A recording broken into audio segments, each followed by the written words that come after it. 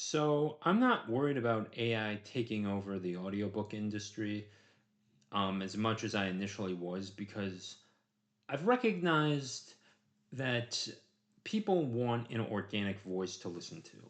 There's a reason why Tara Strong was the best voice actor in the game, essentially. I mean, I can't even think of anyone else who would really, could get up there too. You you could definitely uh, consider like Jim Cummings or someone like that, but really, I think Tara Strong is the ultimate goat with voice acting because she's just voiced like probably hundreds of characters up to this point. Definitely hundreds. You know, I think um, and I was watching this video as well on this Taco Bell drive-through, and it was automated, and then someone ordered like 1,800 cups of water, and the AI broke down, and then they had to bring in the human uh dry person that works at the drive-through, and and then it's like it just proves that AI is not ready yet. Now, can an AI narrate an audiobook? Yes. However, there are definitely moments that I've noticed that it does not know when to switch it to a certain accent or doesn't know how to pronounce a certain last name or word, and it needs to. Um, the squiggly thing above the N in Spanish words, like niño, like that. Um, it needs it doesn't know how to switch off, or it might say nino or nino or something, or or nino, or it it doesn't know how to say nino um, for something like that. And when I was doing this hockey video as well, I was trying to write something on Maurice Richard, trying to like get it to narrate something because I didn't want to pay for a voice actor, but it said Maurice Richard. It's pronounced Richard, and and I don't, and I even think they misspelled or they mispronounced Brodeur, and they certainly mispronounced Wah too, Patrick Wah as well. So that is a bit of a shame that it doesn't know how to, you know, pronounce certain things. It can pronounce Ovechkin, though, but,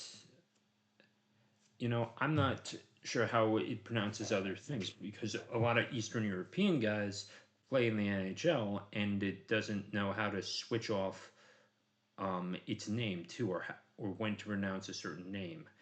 They even get my last name wrong too. They say Adam Rothstein. It's pronounced Rothstein too. So I think you can understand my frustrations with that when you want like a simple narration. Um, you know, and even with something like these alternate Star Wars stuff where they use AI stuff to voice the characters and stuff. I mean, it's good for what it is, and then you notice that yeah, the voice can't exactly switch off the same way, and you have to bring in more things, and like you can only do like a certain amount of voices too. But if you have like 60 something characters in it, you're gonna need to you're gonna need to be very um, you know you'll have to look at it closely. Um, with the organic voice in audiobooks, we want to hear the author most of the time. We want to hear the author. We want the story to mean something. And with the human voice, you know, there can be more emotion behind it. You can't tell an AI to switch off to certain fears and stuff. It'll just, read it like, Percy went down by the lake and sort of thing. Like, maybe it can be a bit uppity too, but it needs to also have a long emotional range. It needs needs to have the highs and the lows. It needs to come out sad, angry, happy, depressed, all those things. It just needs time to, it just needs all these different things with a story, and it also needs to have different voices, which you can, of course, add, but it's not going to work that well because you need characters to take a certain emotional diversion in order to have a great story, or it's just, you know, or at that point it's just like Bob walking down the street and nothing happens sort of scenario. But but I'm not as worried as I was about AI taking over the audiobook industry because people will pay for a human voice. There's a reason why we still have it on Findaway Voices and Upwork and stuff like that. There's a reason for it, and and all the while, you know, you, you'll find a way to succeed. You, with that there. So if you're a voice actor, don't give up.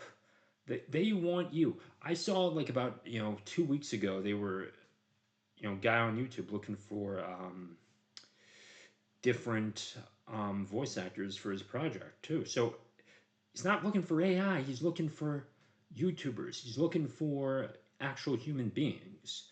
So don't sell yourself short. Just don't sell yourself short. Please do not sell yourself short.